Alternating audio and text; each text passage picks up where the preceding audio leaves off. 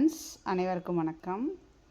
இப்போ நம்ம 2023யோட paper 2 maths question வந்து 3 பார்ட்டாக பிரித்து அதை அப்லோட் பண்ணிட்டோம். எதுக்காக இதை வந்து நம்ம அப்லோட் பண்ணுறோன்னா, இந்த மாடலில் உள்ள கொஸ்டின்ஸ் தான் வேறு ஏதாவது நம்பர் மாற்றி ஃபார்மேட் மாற்றி ஆன்சர் வந்து கேட்பாங்க. அதனால் வந்து நீங்கள் பழைய கொஸ்டின் ரிவைஸ் பண்ணுறது ரொம்பவே பயனுள்ளதாக இருக்கும். அதற்காக தான் நம்ம இவ்வளோ தூரம் வந்து நம்ம போட்டுட்ருக்கோம். இப்போ 2019 வந்து பார்த்திங்கன்னா ஆல்ரெடி ஃபஸ்ட்டு 10 கொஸ்டின்ஸ் வந்து அப்லோட் பண்ணியாச்சு. இப்போ அதே 2019 அடுத்து 11th ஒன்லேருந்து கன்டினியூ பண்ணுவோம். எவ்வளோ முடிக்க முடியும் அவ்வளோ வந்து இந்த வீடியோவில் முடிப்போம். பேலன்ஸை அடுத்த வீடியோவில் பார்க்கலாம், சரிங்களா? இப்போது ஃபஸ்ட்டு ஒன் பாருங்கள். பேப்பர் 2 பார்க்குறவங்க இந்த வீடியோவை பாருங்கள். நம்ம வந்து எளிமையான மெத்தடில் தான் போட போகிறோம். தமிழ் மீடியமும் நம்ம சேனலை ஃபாலோ பண்ணலாம். ஏன்னா நம்ம வந்து தமிழ் இங்கிலீஷ் மிக்ஸ் பண்ணி தான் ஆன்சர் சொல்கிறோம். If ABC are in geometry progression. Geometry ப்ராக்ரஸ்னால் என்னது? GP. Then A minus B by B minus C is equal to.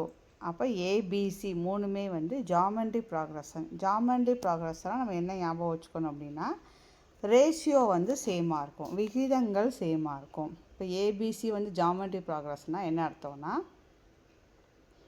b by a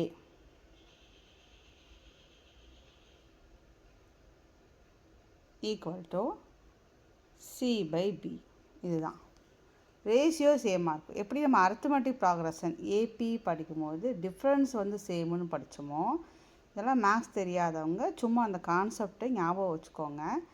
ஏபியாக இருந்தது அப்படின்னா டிஃப்ரென்ஸ் வந்து சேமாக இருக்கும். அதாவது பி மைனஸ் ஏவும் சி மைனஸ் பியும் சேமாக இருக்கும். அதே இது ஜாமெண்ட்ரி ப்ராக்ரஷன்னா பி பை ஏவும் சி பை பியும் சேமாக இருக்கும், சரிங்களா?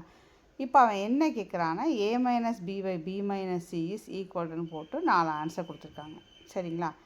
இப்போது அவன் என்ன கொடுத்துருக்கான்? ஏபிசிஆரின் ஜிபி. ஜிபியோட இது எப்படி எழுதுவோம் அப்படின்னா, general form AR AR square இப்படி தான் எழுதுவோம், எக்ஸட்ரா, சரிங்களா? இதுதான் வந்து ஜிபியோட ஜென்ரல் ஃபார்ம்.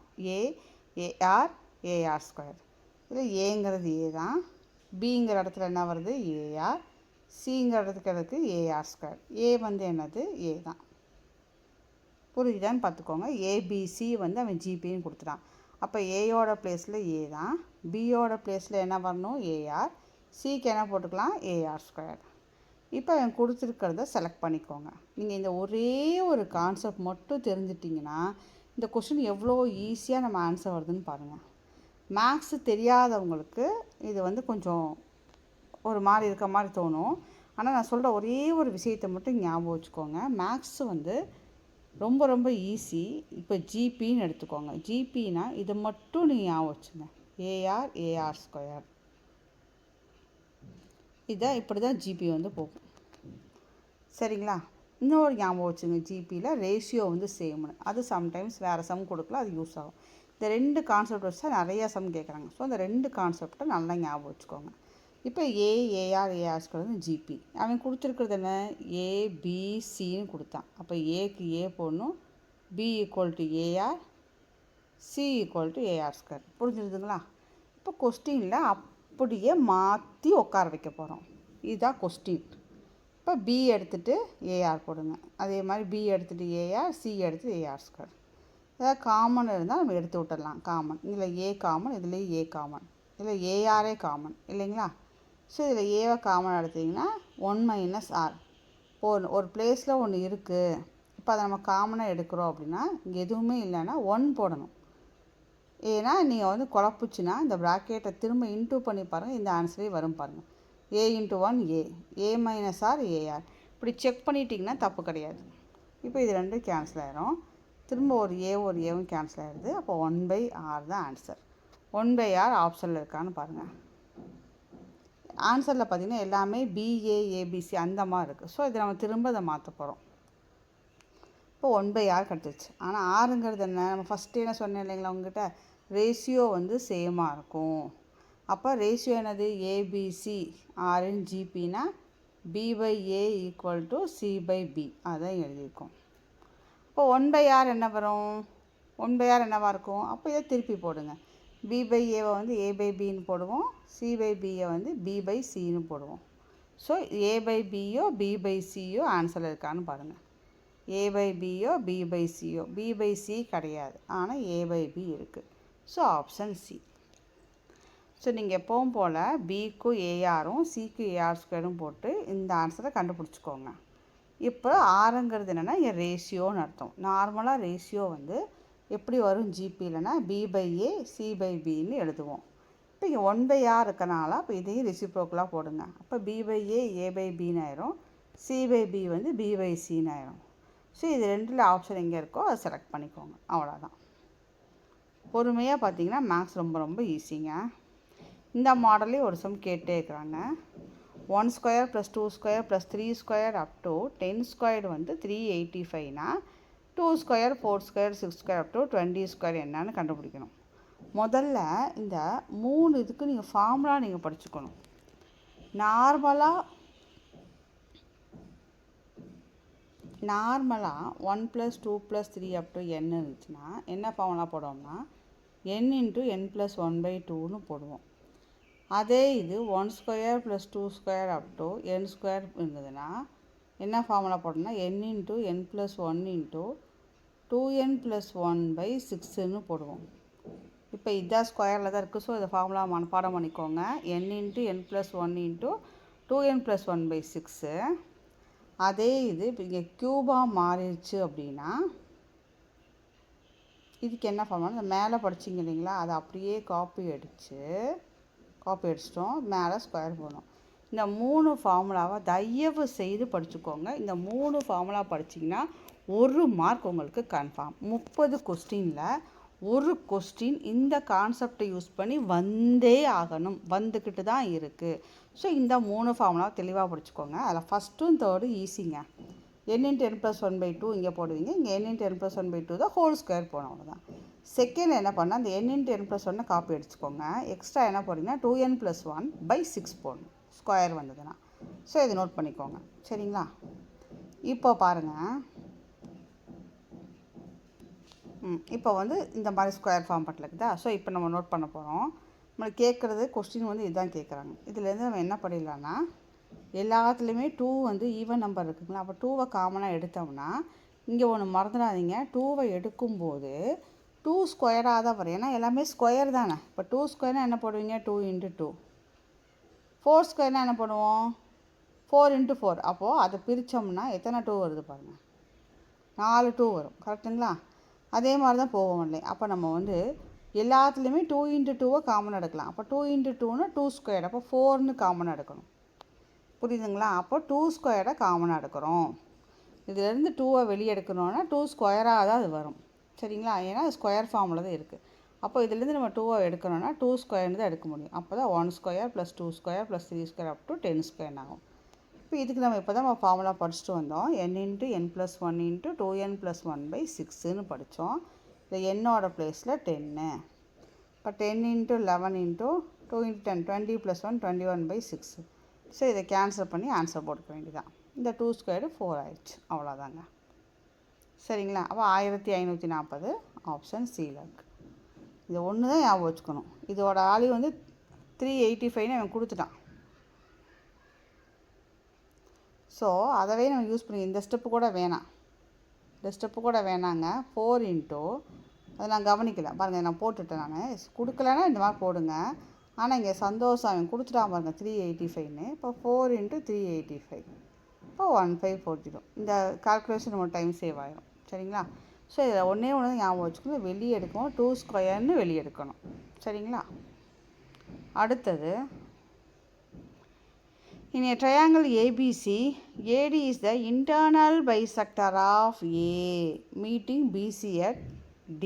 அதாவது ஒரு ட்ரையாங்கிள் போட்டுக்கோங்க, இங்கே கீழே போட்டுக்கோங்க, ஒரு ட்ரையாங்கிள் போட்டுக்கோங்க. அதில் என்ன கொடுத்துருக்காங்க பாருங்கள், AD is the internal bisector of angle A. இப்போ இது ABCன்னு எடுத்தோம்னா ADங்கிறது இன்டர்னல் பைசெக்டர். நல்லா ஞாபகம் வச்சுக்கோங்க, பைசெக்டர்னாவே ரெண்டாக பிரிக்குதுன்னு அர்த்தம். பைசெக்டர்னாவே ரெண்டாக பிரிக்குது. பைசைக்கிள் ஞாபகம் வச்சுக்கோங்க. பைசைக்கிள் எத்தனை வீல் இருக்குது, 2 வீல் இருக்குது. இப்போ பைசெக்டர்னால் ரெண்டாக பிரிக்குது. மீட்டிங் ரெண்டாக பிரித்து எங்கே மீட் பண்ணுது, பிசியை டியில் மீட் பண்ணுதுன்னு கொடுத்துட்டு ஒவ்வொன்றுக்கும் வேல்யூ கொடுத்துட்டாங்க. ஏபி வந்து எக்ஸு, இதை இங்கே போட்டிருக்கோம். ஏபி வந்து எக்ஸு, ஏசி வந்து எக்ஸ் மைனஸ் 2, பிடி வந்து எக்ஸ் ப்ளஸ் 2, டிசி வந்து எக்ஸ் மைனஸ் 1. அப்போ நம்ம என்ன கண்டுபிடிக்கணும்னா எக்ஸை கண்டுபிடிக்கணும். இது 10th ஒரு தியரம் இருக்குங்க. அந்த கான்செப்ட் தான் யூஸ் பண்ண போகிறோம். இந்த மாதிரி ஒரு பைசெக்டர் வந்து ஒரு இதை பைசெக்ட் பண்ணுச்சுன்னா இதோட ரேஷியோ எப்படி எடுத்துவோம்னா, இந்த சைடு இருக்கு இல்லைங்களா, AB by AC equal to BD by DC. இருங்க ஒரு நிமிஷம். இப்போ கொடுத்துருக்கிறத நோட் பண்ணிக்கிறோம். இதை என்ன கொடுத்துதான், AD is the internal bisector, line போட்டிருக்கோம், அவ்வளோதான். இப்போ புரிஞ்சுக்கோங்க. அடுத்து வந்து இதை எப்படி ரேஷியோ எழுதுறோன்னா,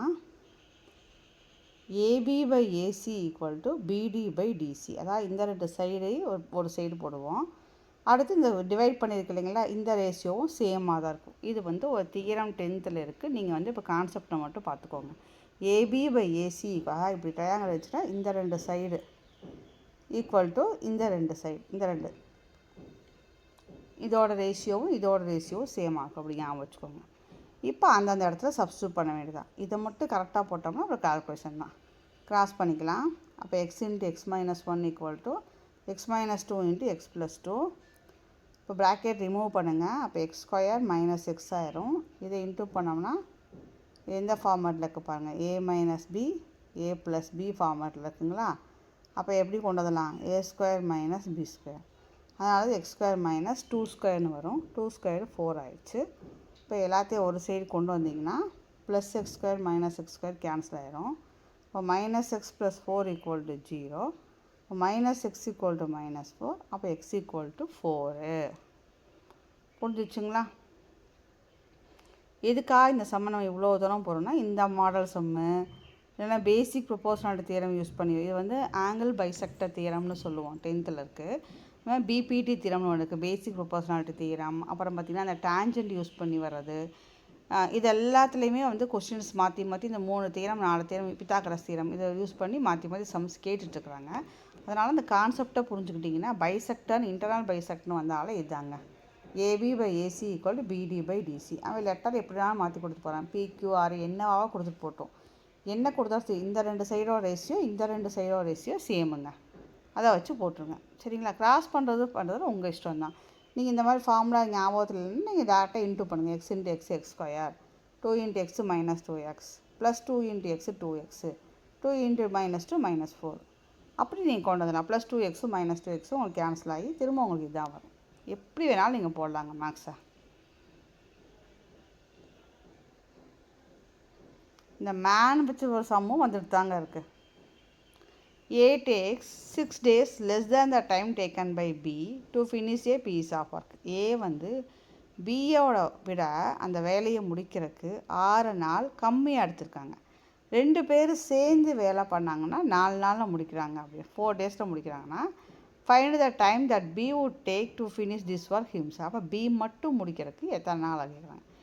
A வந்து பியை விட 6 டேஸ்க்கு முன்னாடியே ஒரு 6 டேஸ்க்கு விட கம்மியாக தான் எடுப்பாராமா. 2 பேர் சேர்ந்து செஞ்சாங்கன்னா 4 டேஸ் ஆகுமாமா.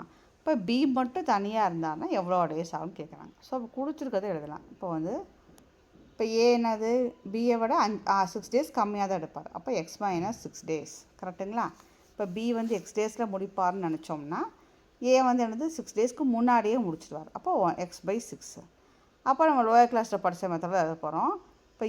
இப்போ வந்து ஏ என்ன பண்ணார், எக்ஸ் மைனஸ் 6. அப்போ 1 பை எக்ஸ் மைனஸ் 6 இதை ஃபஸ்ட்டு போட்டுக்கலாம். ப்ளஸ் பிக்கு என்னது எக்ஸு.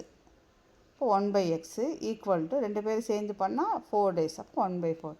எப்போவுமே இந்த ஒர்க் டன் போடும்போது 1 பைன்னு தான் போடுவோங்க. சரிங்களா, 1 பைன்னு தான் போடுவோம். இப்போ ஏ வந்து 1 by X minus 6 plus 1 by X equal to 1 by 4. இதுக்கப்புறம் நம்ம இஷ்டம் தான் எல்சிஎம் எடுக்க போகிறோம். X minus 6 plus X by X into X minus 6 equal to 1 by 4. LCM எடுத்துருக்கோம். சரிங்களா, எல்சிஎம் வந்து எக்ஸும் எக்ஸ் மைனஸ் 6ம் எல்சிஎம்மாக எடுத்துருக்கோம். அப்போ இங்கே எக்ஸ் மைனஸ் 6 இல்லை, மேலே இன்ட்டு பண்ணியிருக்கோம். இங்கே எக்ஸ் இல்லை, மேலே இன்ட்டு பண்ணியிருக்கோம். அடுத்தது எக்ஸ் ப்ளஸ் எக்ஸு 2xன்னு ஆயிரும். இப்போ எல்லாத்தையும் கிராஸ் கொண்டு வாங்க, ஒரே சைடு கொண்டு வாங்க. ஒரே சைடு கொண்டு வந்துட்டு ஈக்குவேஷனை சால்வ் பண்ணுங்கள். அப்போ முன்னாடி மைனஸ் இருந்ததுன்னா நீங்கள் சைனாக மாற்றிடலாங்க. ஈக்குவல் டு 0 இருக்கிறனால சைனாக மாற்றிடலாம். இப்போ இன்ட்டு பண்ணால் 24, ஆட் பண்ணால் -4 -14. ஸோ -12ம் -2ம் போட்டால் தான் இங்கேயும் டேலி ஆகணும். -14 வரும். இன்ட்டு பண்ணாலும் 24 வருது. அப்போ x = 12, x = 2. இதுதான் ஆன்சர். ஆனால் இதில் எது ஆப்டான ஆன்சர் சொல்லுங்கள். இப்போ எக்ஸுக்கு பார்த்தீங்கன்னா 12 வந்திருக்கு, 2வும் வந்திருக்கு. ஆனால் ஆப்டான ஆன்சர் பார்த்தீங்கன்னா 12. ஏன் 12னா நீங்கள் 2 போட முடியாதீங்க. சப்போஸ் இங்கே 2மே இருந்தாலும், ஆப்ஷனில் 2மே இருந்தாலும் நீங்கள் இந்த 2வை செலக்ட் பண்ணக்கூடாது. ஏன் கூடாது அப்படின்னா இங்கே என்ன கொடுத்துருக்கான், ஏ வந்து பியை விட 6 நாளைக்கு முன்னாடியே முடிச்சிருவா. அதாவது 6 நாள் கம்மியாக தான் எடுக்கிறார். 6 நாள் கம்மியாக எடுக்கிறார். அப்போது பி மட்டும் முடிக்கிறாருன்னா ஏவை விட அதிகமாக தானே எடுக்கணும். அவர் ஏவை விட அதிகமாக தானே எடுக்கணும். அப்போ வந்து உங்களுக்கு வந்து 12 தான் ஆப்டான ஆன்சர். சரிங்களா? இந்த 2 கொடுக்கல, ஒரு இதுக்காக சொல்கிறேன். இப்போ ஆன்சரில் 12,2 வந்துச்சு. இங்கே உள்ள ஆப்ஷனில் 12. சரிங்களா?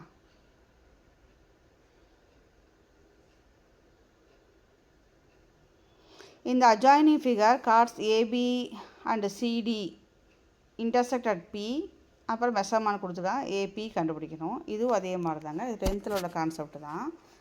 இதுக்கு என்ன இதே ஞாபகம் வச்சுக்கோங்க. அதாவது வந்து இது PA into PB, PA into PB equal to PC into PD. சரிங்களா?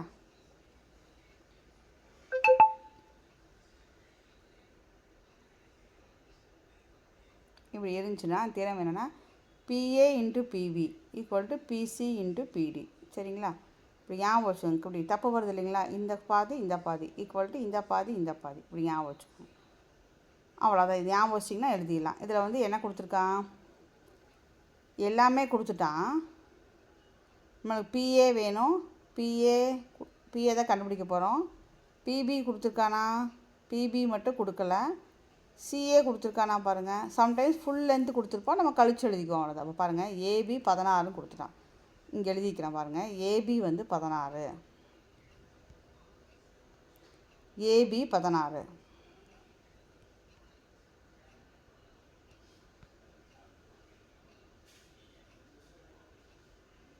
இது ஏ, இது பின்னு கொடுத்துருக்கா, அது சிடின்னு கொடுத்துருக்கா, இங்கே பின்னு கொடுத்துட்டான். பி. இப்போ வாங்க, ஏபி வந்து 16, ஃபுல் லென்த்து 16.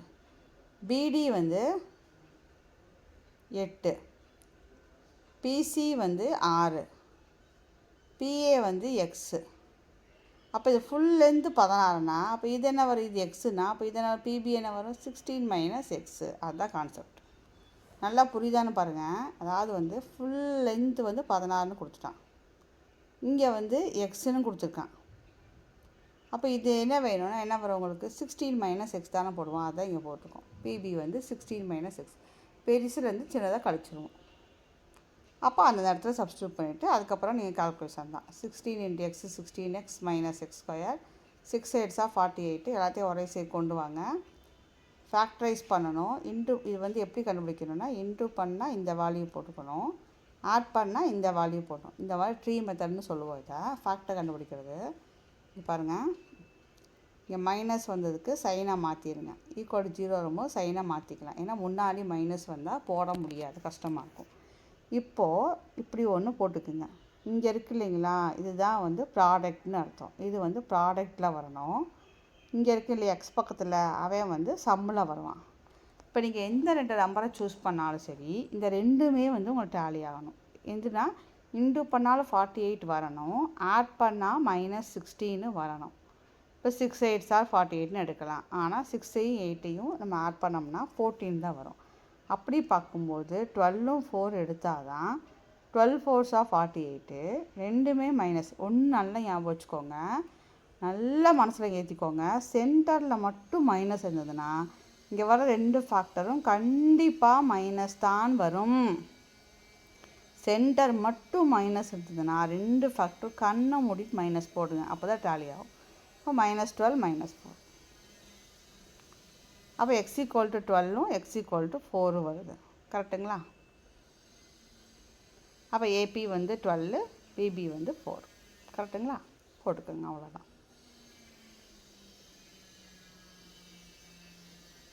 அவ்வளோதான் பாருங்கள், 5 சம் தான் பார்த்துருக்கோம். அதுலேயே 20 மினிட்ஸ் ஆயிடுச்சு. ஆனால் இதில் எத்தனை கான்செப்ட் படிச்சிருக்க பாருங்கள். இந்த 5 சம்மில் கண்டிப்பாக உங்களுக்கு ரொம்ப ரொம்ப இம்பார்ட்டன்ட் கான்செப்ட் தான். அது எல்லாமே பார்த்திங்கன்னா 10th வர தியரம் தான். ஸோ அதை நல்லா தெளிவாக அந்த 5 சமயம் ப்ராக்டிஸ் பண்ணுங்கள். கண்டிப்பாக உங்களோட 3 to 4 மார்க்ஸ் கேரண்டி தான். ஏன்னா அதில் தான் ரிப்பீட்டடாக வந்துட்டே இருக்குது. பாலான்னு சொல்கிறத நம்ம அடுத்த வீடியோவில் பார்ப்போம். நன்றி, வணக்கம்.